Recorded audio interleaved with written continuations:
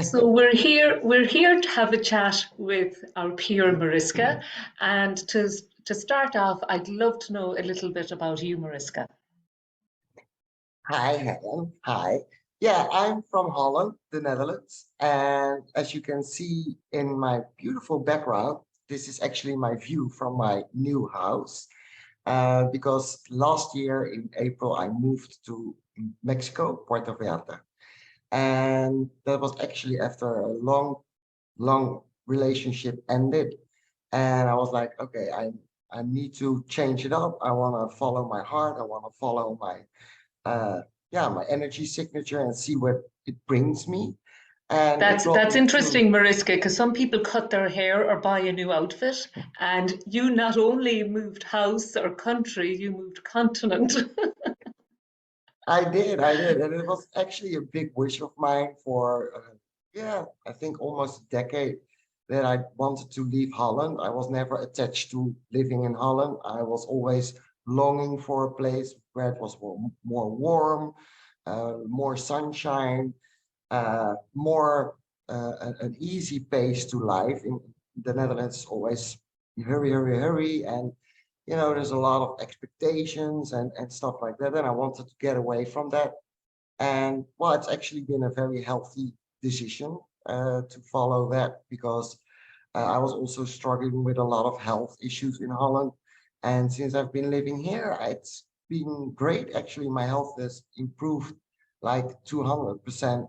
My energy Wow. is up. Yeah. And yeah, so many things change for the better. So yeah, that's actually where I'm at this moment in life. I'm living day by day, moment by moment, and yeah, trying not to be attached to the past and anything that happened there. Start to see and start the day every day with, okay, this is a clean slate. I get every day what kind of painting do I want to paint today? And that's Wow. actually where I'm at in life. Wow, it sounds very liberating, Mariska, and sounds like it definitely suits you. You're Yes. definitely enjoying it. I'm curious, Mariska, to know where you heard about the purpose paper. Well, actually, there was this post in a Facebook group about human design, and it was from Monique Sutor. And she was like, oh, I have this thing about purpose, and maybe someone is interested. So I reached out because one of my main themes in life, as I already knew, was I was always looking, why the hell am I here? What Yeah, am I doing on this earth? There was always a yeah, very big question, even when I was young. And so the word purpose that she used was like ding, ding, ding, ding, ding. yeah. Struck a If chord. someone can tell me my purpose, then maybe, things will become more clear in my life, what I'm supposed to do and how I'm supposed to do that. So I reached out and she responded right away. We had like first meeting we had, and wasn't even about the purpose paper, was over 3 hours because we did have so many things in common that we just started talking. And she explained, of course, a little bit about what she was doing and whatever. And then at the end, she was like, well, I'm putting you in a jar. And every time my instinct is telling me to get one out, I will get one out. So I don't know when your purpose paper reading will be. And it actually took over 1.5 years before it was my turn.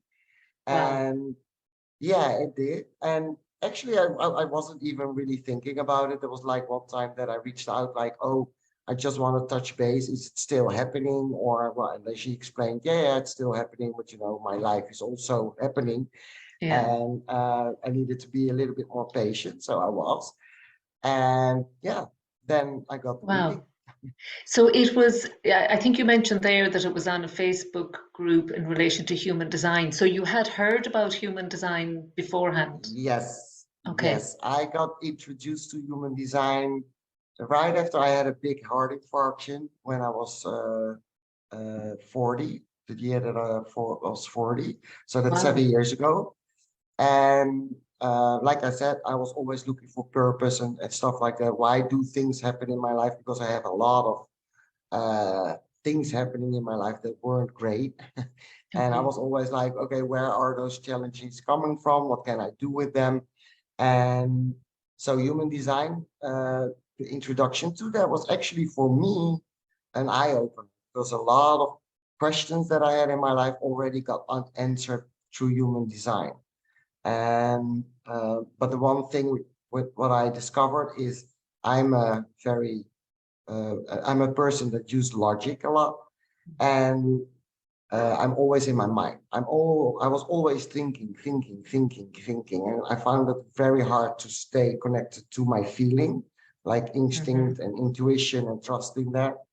And so I was like, okay, how with human design, how it took me more in my brain, you know, I wanted to find the answer. So I started researching and trying to force things to happen according to my energy signature. And Okay. that doesn't work. I can tell you that doesn't work. I've tried to do that without knowing anything about any of this, and forcing things. Yeah, it's a strategy I tried for many, many years. From my point of view, it also does not No. does not work. So when you had your reading done, I suppose for myself, Mariska, what really stood out was characteristics or features, gifts, and talents that I could really relate to, that I absolutely recognized, but that I had never really thought about, or would have necessarily even attributed to me, even though I did recognize them when they were read out. And I'd done lots of different behavioral profiling. I hadn't been exposed to human design, but I had done lots of behavioral profiling, different types, which I also found fascinating. But this went way, way deeper. It was on a whole other level altogether. What stood out for you, Mariska, that I'm interested to hear? Well, how accurate it is, because I recognized, I think like 98% of the things that have been said I Okay. recognized. So that was already like a lot of confirmation about, oh, wait, things that I thought would be or were like negative were actually something positive for me because it was a gift or a talent. Yes. And so it was very eye-opening. And the thing that stood out most for me was the thing that it said was it's in my purpose that I need to experience life and learn in life through trial and error. And my whole life, all the things that happened, all of a sudden made sense.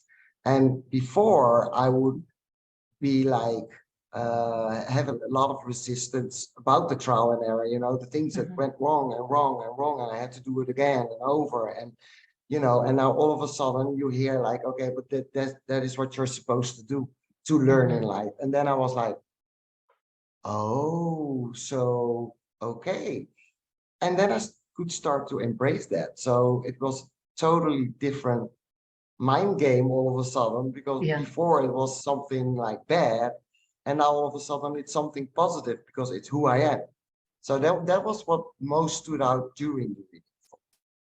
Wow, I can imagine how, because I did something similar myself in relation to making mistakes and thinking that, well, I shouldn't be making mistakes, I should be getting it right, but actually no, that's how we learn. And even when you were saying earlier about all the things that were happening in your life, I find it fascinating that they're what drove you to find out about all of this. Because Yeah. oh, yeah, and like this, similarly with myself, otherwise I just may not have made the time or the effort to do it. So it's definitely fascinating. The feedback we get a lot from people is that having their purpose paper read has a great effect on their lives. So I hear from what you just said there that, okay, there was a shift in your perspective in relation to making mistakes. What was your experience other than that? Were there other changes, other effects? Yeah, a lot. It changed my relationship at that moment because I started communicating more from who I am, you know, from my authentic self. So that changed a lot. Your own Um, behavior. yeah, in my Yeah. behavior, and Yeah. also be respectful of other people's energy and understanding how it works. So communication became easier, more clear, more to the point, instead of, you know,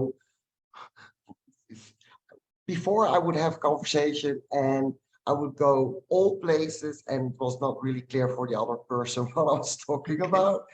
And it teaches me that I need to inform first that I want to have a conversation and then start a conversation. So the energy was already totally different from the start of the conversation. And before I would just dive in because I had something to say, and then there was always resistance. So those conversations were always tricky, to say at the least. And other thing for me, what really stood out or changed is that I made a very, very conscious decision to follow my strategies. And for me, I'm a yellow energy field, and that means that I need to inform people, and I cannot just go ahead and do stuff without, well, I can do that because that initiating is my part of my energy field, but I need to inform people that are affected by the things that I barging ahead to. So that was a big change because when I started to do that, I noticed that people were more open and receptive for, you know, the things that I was initiating and doing. So that changed big time, and following my instincts. That's actually the biggest change that I made. And it was the most scary one, by the way, also, because you follow something that your mind cannot explain.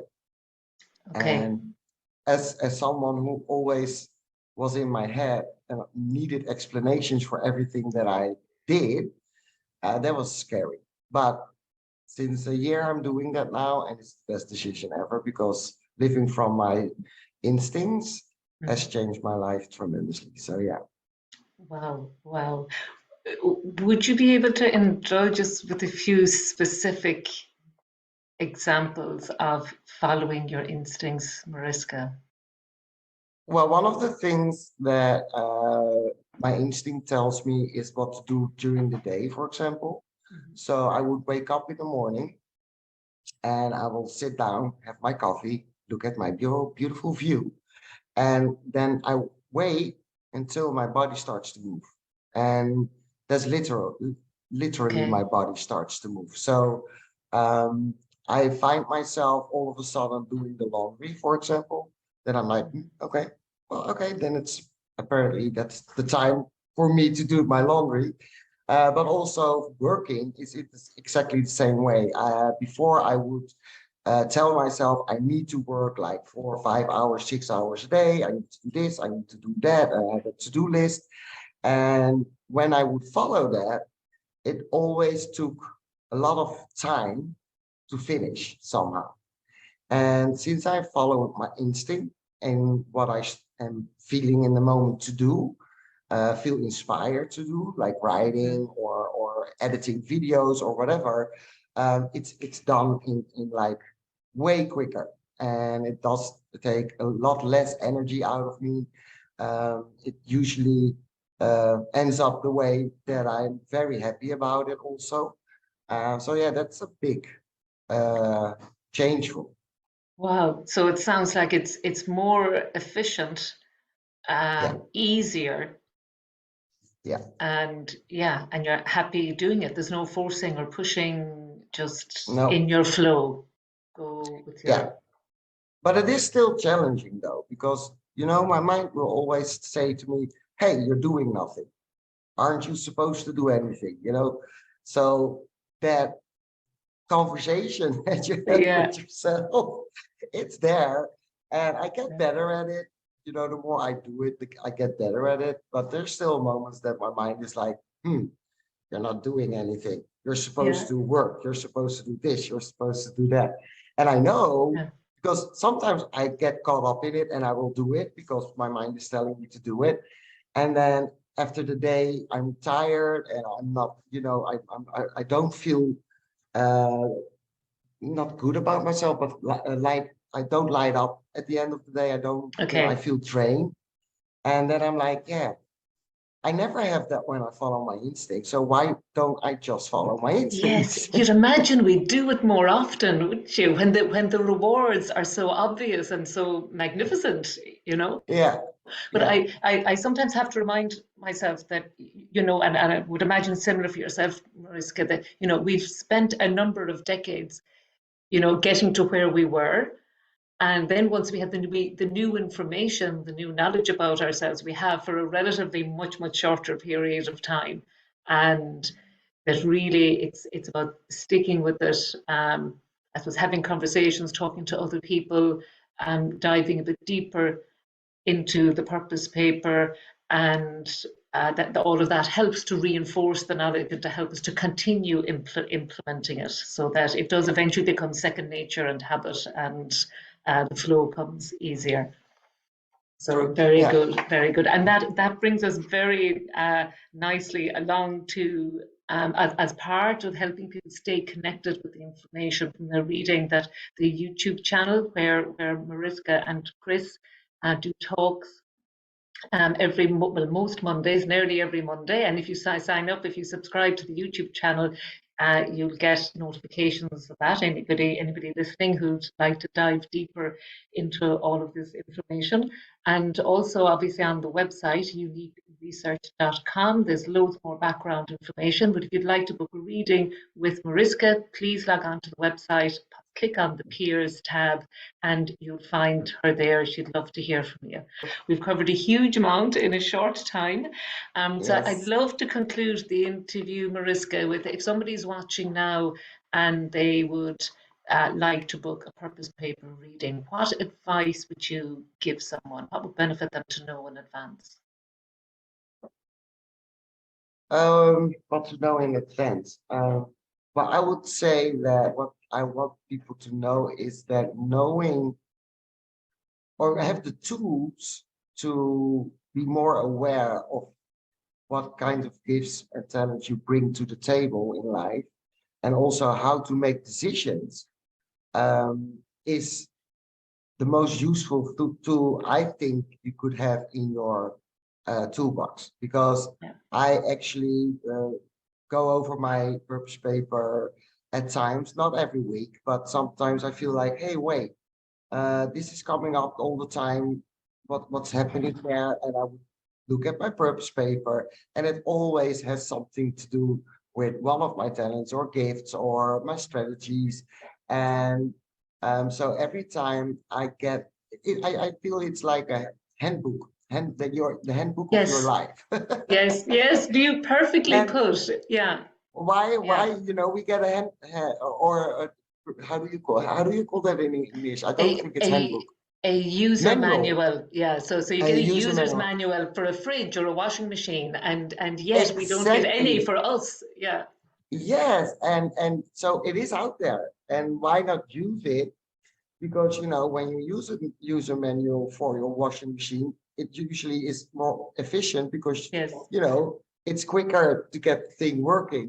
And how cool is it if you have your own user manual, but also for the people that are in your life, for your children, for your husband, for your partner, for your coworkers even, Mm-hmm. if Mm-hmm. you know a little bit more about their uniqueness, and you can learn to accept that, what I think is normal or what I think that everybody does, it isn't, it's normal Mm-hmm. for me, but it doesn't mean it's normal for someone To else. them. And knowing that, it it's life changing. It's just life changing.